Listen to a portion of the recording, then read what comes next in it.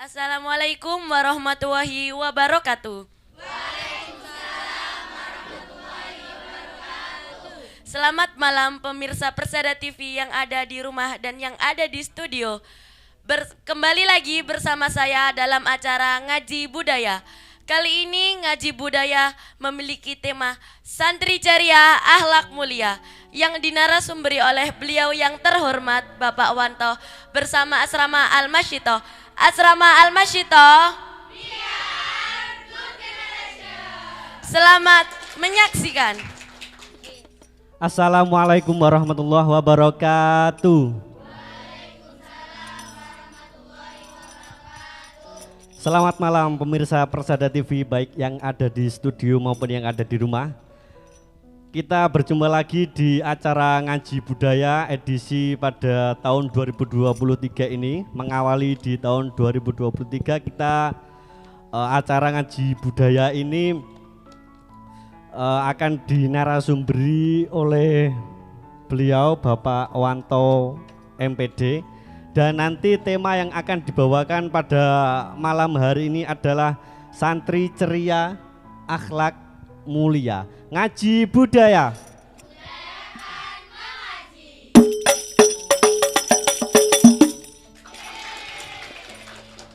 Kalau boleh tahu ini dari asrama apa?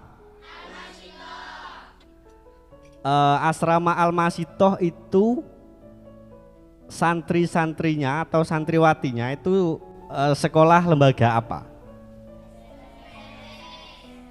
SMP dan MTS campur? Mboten. Kelas 1, 2, 3 ada? Kelas 1. Tepuk tangan untuk Asrama Al-Masyitoh. Pondok pesantren merupakan tempat menuntut ilmu yang sistemnya pendidikannya yang menerapkan santri berada di asrama selama 24 jam dengan pengawasan ustadz ustadzah di asrama. Tentu dengan sistem seperti ini mereka akan jauh dari saudara-saudaranya dan orang tua yang berada di rumah. Maka salah satu cara untuk menghilangkan rasa rindu dan ingat akan orang tua dan keluarga di rumah, para pengurus pondok pesantren akan berinisiatif untuk membuat berbagai kegiatan yang bisa membuat anak lupa akan rumahnya. Ini menarik sekali untuk dibahas pada malam hari ini. Untuk narasumber, Assalamualaikum. Waalaikumsalam. Bapak Wanto ini kegiatan sehari-harinya apa Bapak? Monggo dipaparkan. Saya kegiatan sehari-harinya, saya salam dulu ya kepada anak-anak supaya semangat semuanya. Assalamualaikum warahmatullahi wabarakatuh. Waalaikumsalam warahmatullahi wabarakatuh. Semoga keberkahan untuk kita semuanya. Saya kegiatan hari-harinya dulu memang saya juga pernah di pesantren, pernah menjadi pengurus asrama selama 3 tahun di asrama Mahatali. Kalau sekarang saya memang konsentrasinya di Madrasah Aliyah Ma'arif 7 sebagai pengajar. Jadi setiap hari sebagai pengajar tugasnya ya mengajar.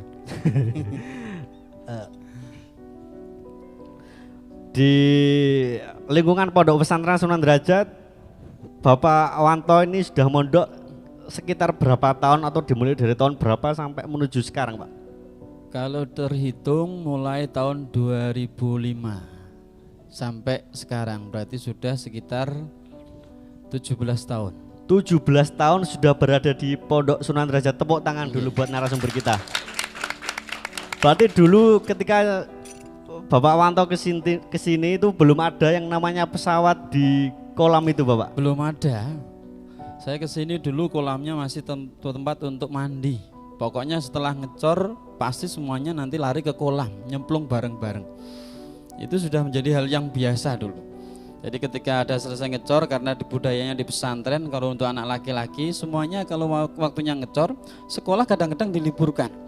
Sampai segitu Pak? Sampai segitunya. Karena apa? Pokoknya anak-anak itu dari pendidikan yang diberikan oleh Romo Yai, sebagai seorang santri kita tidak hanya dituntut untuk belajar, tapi juga untuk mengabdi. Kalau belajar kita pasti nanti akan menjadi orang yang cerdas. Tapi supaya mendapat keberkahan kita harus ada upaya untuk memberikan pengabdian kepada pesantren. Jadi kalau sampean semuanya di sini jadi santri, upayakan jangan hanya belajar saja tapi juga ada pengabdian. Belajar itu penting, tapi demi keberkahan ilmu yang kita pelajari maka harus ada pengabdian yang kita lakukan. Baik Pak, kalau dulu zaman panjenengan bisa ngecor untuk yang santri putra, dan ini untuk santri putri apakah bisa ngecor atau mau untuk ngecor? Nah nanti kira-kira apa yang bisa dilakukan untuk santri putri Bapak ketika yang putra bisa ngecor dan mendapatkan barokah itu sendiri? Lah kalau dulu di masa saya seingat saya loh ini, kalau yang laki-laki ngecor biasanya untuk yang cewek-cewek nguncali jajan. Nah sebagai penyemangat, karena kadang-kadang kalau jadi santri memang kalau sudah disuruh Pak Yai semuanya akan dikerjakan, tapi kadang-kadang yaitu kadang-kadang tolah-toleh ada jajannya enggak, kadang-kadang lah sebagai penyemangatnya kadang-kadang dari santriwati yang memberikan makanan, memberikan jajan. Jadi mungkin ada dari mereka yang urunan diuncalno di teman-temannya yang laki-laki yang ketika pada saat itu ngecor supaya memberikan semangat. Nah itu ketika ngecor di Pondok Putra. Kalau di Pondok Putri mungkin ceritanya lebih banyak lagi ya. Lebih banyak lagi. Dan nanti ini tentang santri ceria Bapak.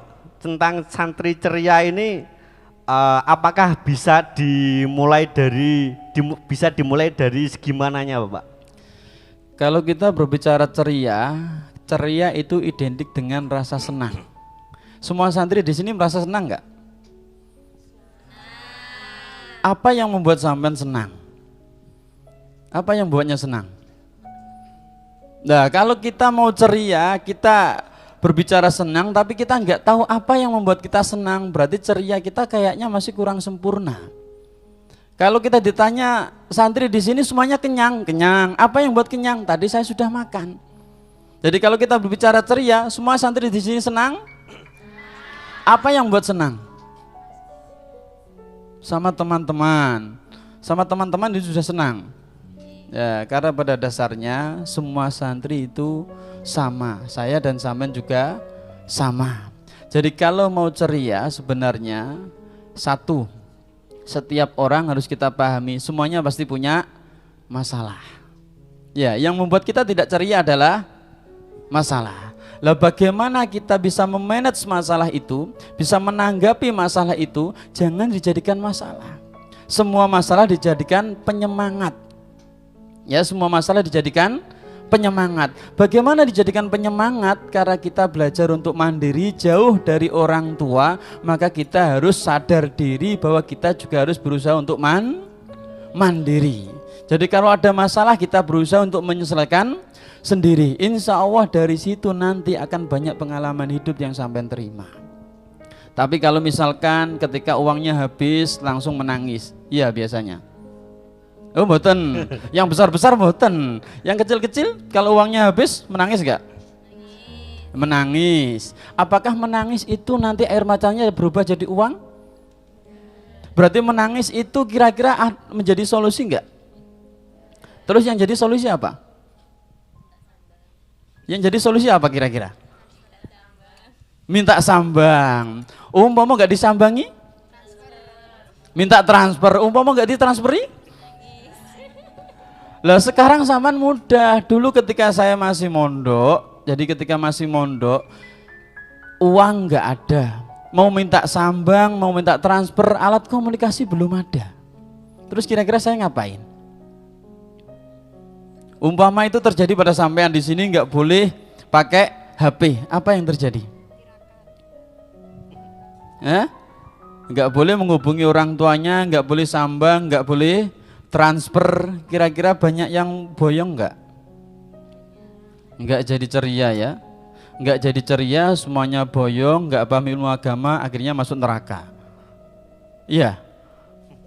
Nggih, kayaknya gak semangat kayaknya. Tapi pengen ceria kok gak semangat. Tapi terkadang gini Bapak. Nggih. Ceria seorang santri itu ketika sudah berkumpul dengan teman sefrekuensi, begitu ya? Lah, kalau sudah kumpul dengan teman sefrekuensi itu mungkin bisa lebih ceria lagi. Lah, terkadang santri yang kurang ceria atau kurang bisa bergaul dengan teman itu yang kurang bisa ceria seperti itu, Bapak. Monggo. Ya. Kita dimanapun tempatnya dituntut untuk bisa adaptasi, ya. Kita dituntut untuk bisa adaptasi. Adaptasi itu apa? Mampu menyesuaikan diri. Dengan bergaul dengan siapapun kita mampu untuk menyesuaikan diri. Jangan egois. Jangan merasa diri kita ini kadang-kadang paling benar. Jangan merasa diri kita ini paling hebat. Pokoknya kadang-kadang itu biasanya dari anak-anak yang memang dari rumah itu dimanja. Iya. Dari anak yang dari rumah dimanja kadang-kadang masuk pesantren, kemudian ketika masuk pesantren bertemu dengan teman-temannya semuanya, kalau di rumah dimanja, di pesantren nggak ada yang manja. Akhirnya kadang-kadang temannya yang jadi sasaran. Sehingga kadang-kadang yang dilakukan merasa paling benar, sehingga kadang-kadang temannya sendiri tidak bisa menerima kehadiran dia. Karena di sini kita sama-sama berjuang supaya bisa kerasan di pondok, berusaha untuk mandiri. Semuanya disiapkan sendiri. Jadi ketika nanti ada teman yang seperti itu, ya memang sampean harus dekati. Kalau sampean bisa memberikan motivasi, memberikan kesadaran sama temannya itu lebih baik. Tapi kalau nggak bisa, mending dihindari daripada kena masalah.